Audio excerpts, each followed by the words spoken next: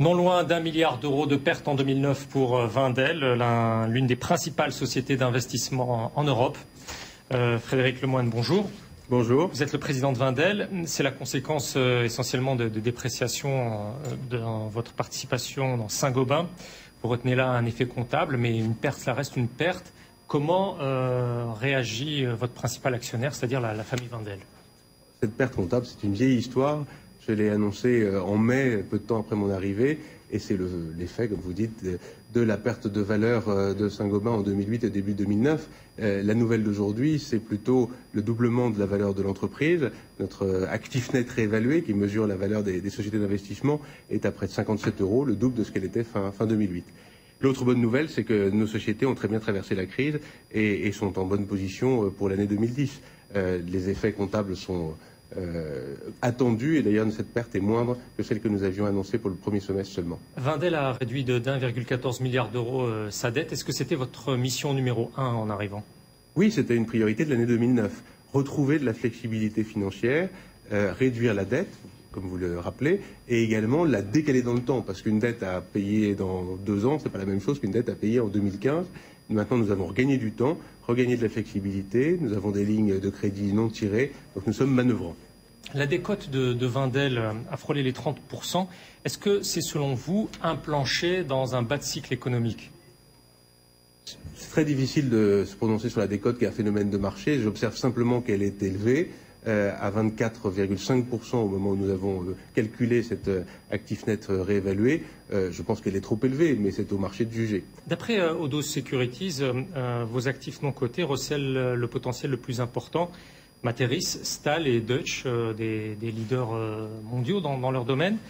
Est-ce que c'est aussi votre appréciation? Oui, je crois qu'il y a beaucoup de valeur qui va se manifester dans ces sociétés. On les a restructurées financièrement en 2009 avec succès, avec pas mal d'innovations. Materis avec le soutien de 650 cadres de Materis, Stahl en réinjectant de l'argent mais en prenant le contrôle. On a maintenant 92% de ces sociétés, non plus 48%. Deutsche, on est en train de finaliser les choses, j'aimerais pouvoir vous l'annoncer, c'est une question de jour, mais nous sommes en très bonne voie. Parmi vos participations emblématiques, il y a Legrand, encore et toujours. Vous mettez beaucoup en avant sa marge opérationnelle récurrente de 17,5%. Vous n'êtes pas tenté quand même, malgré tout, de vendre quand vous voyez la progression du titre? On est à 87% en 12 mois. Écoutez, nous avons 25% de cette société.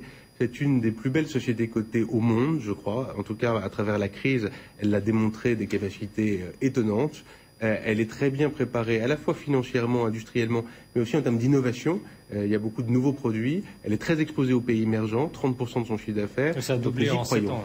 Oui, ça a doublé en 7 ans. D'ailleurs, toutes nos sociétés accroissent très fortement sous notre impulsion notamment, et sous l'impulsion de leur management, leur exposition aux pays émergents. Donc Legrand, nous ne sommes pas tentés de vendre. D'ailleurs, nous n'avons pas vendu la semaine dernière lorsque KKR a réalisé une opération de cession de quelques pourcents du capital. Dans vos prévisions, vous tablez sur un nouveau repli de la construction en 2010 en Europe et aux États-Unis, 3%, pareil. Est-ce que finalement, vous n'êtes pas trop exposé en investissement dans la construction? On est très exposé, à peu près 60% de notre chiffre d'affaires consolidé. Pour vous parler franchement, ça a été quand même un fardeau les 2 dernières années. Je crois que c'est une chance aujourd'hui. Ça va l'être aussi en 2010 donc? Non, parce que déjà dans les pays émergents où nous sommes très exposés dans la construction, ça repart très fort. Le marché des infrastructures, le marché du résidentiel, le marché aussi du non-résidentiel, en Chine par exemple.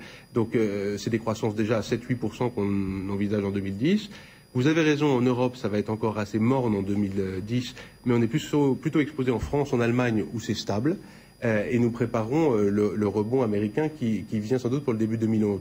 Donc je crois que vous avez raison, en termes d'activité, globalement, ça va être une année encore assez plate pour la construction, mais les bons résultats viendront de l'effet des plans de réduction de coûts que nos sociétés ont mis en œuvre. Pour vous, semble-t-il, investir dans l'industrie allemande, l'industrie familiale, devient une priorité. Que pensez-vous de cette controverse à l'échelle européenne sur la politique d'exportation allemande qui est perçue comme égoïste?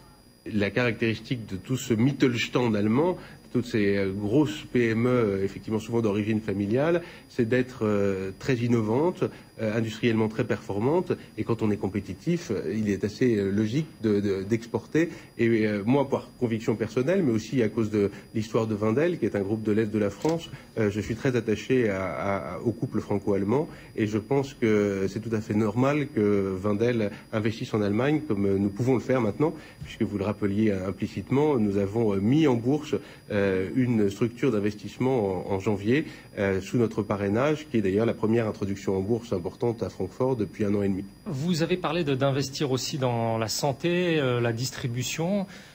J'imagine qu'on vous présente beaucoup de dossiers. Plus précisément, qu'est-ce qui vous intéresse? La santé, Wendel a un bon track record. Biomérieux, Stalergen sont de très belles sociétés qui ont été développées avec Wendel. C'est un domaine qui convient bien à un investisseur de long terme parce qu'il peut voir le fruit de l'innovation se déployer dans la durée. Mais il y a d'autres secteurs qui nous intéressent. Pour nous, l'investissement, c'est d'abord à travers les sociétés du groupe d'aujourd'hui. C'est elles les plateformes d'investissement les plus performantes pour attaquer la croissance des pays émergents. Frédéric Lemoine, président de Wendel, merci. Merci. Tout de suite, d'autres informations sur LCI.